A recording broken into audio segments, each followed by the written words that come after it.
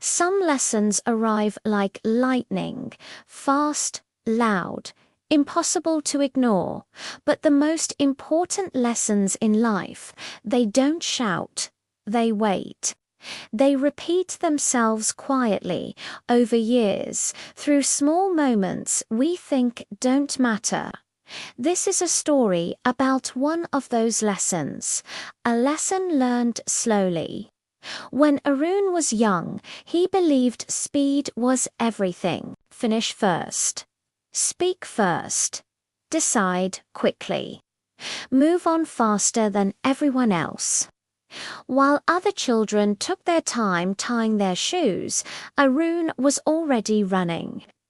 While classmates raised their hands slowly, Arun blurted out answers. While others listened, Arun interrupted. And most of the time, he was praised for it. Your sharp teachers said, your smart relatives said, you'll go far. Everyone said Arun believed them. He didn't see a reason to slow down. Years passed. Arun grew older, faster, louder, more confident. In college, he rushed through assignments. At work, he rushed through meetings. In conversations, he rushed through people. He had no patience for mistakes, especially his own. If something didn't work immediately, he dropped it. If someone didn't understand quickly, he dismissed them. If progress was slow, he quit, and yet something wasn't right. Despite his intelligence, Arun kept hitting invisible walls. Projects failed, relationships faded, opportunities slipped away. Not suddenly, quietly. He blamed bad timing, then bad luck, then other people.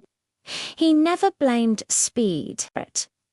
One evening after another frustrating day at work, Arun sat alone at a small roadside tea stall. The place was old, paint peeling, chairs uneven, nothing impressive. An elderly man ran the stall. He moved slowly, painfully slowly. Pouring tea took time. Counting change took time. Even speaking took effort. Arun sighed impatiently as he waited. He muttered to himself, "Why do people like this still work?" The old man heard him, but he didn't respond. Instead, he placed a tea carefully in front of Arun, not spilling a single drop. Then he smiled.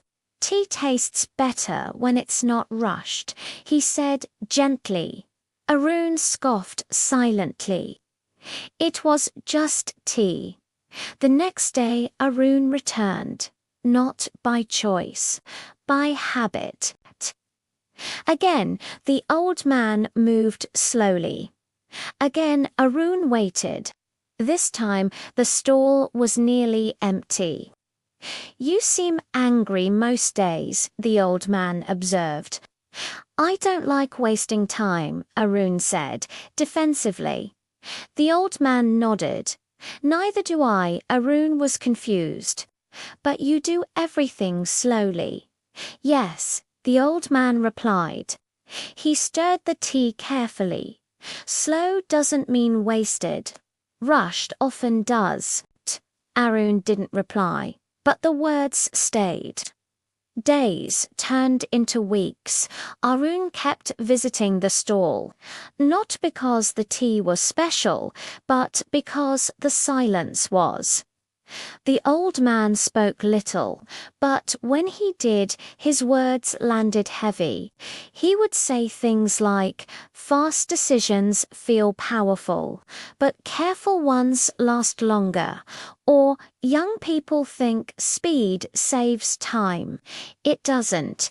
It just postpones understanding." Arun laughed these off. At first, then came the failure that finally stopped him. A major project at work, something Arun rushed through, collapsed completely. Not because he lacked skill, because he ignored details. Skipped feedback, refused patience. For the first time, no excuse worked. That evening, Arun didn't speak at the tea stall. He just sat. The old man said quietly, "Some lessons knock once, others knock every day." Arun replied softly, "I think I hear it now." The old man smiled, not proudly, relieved. "It took me 40 years to hear mine." Surprised, Arun asked, "What was it?" The old man answered that life isn't a race, it's a practice. That sentence changed something. Not instantly, slowly. Arun didn't become patient overnight. He still felt restless, still wanted quick results. But now he noticed when he rushed, he paused before speaking.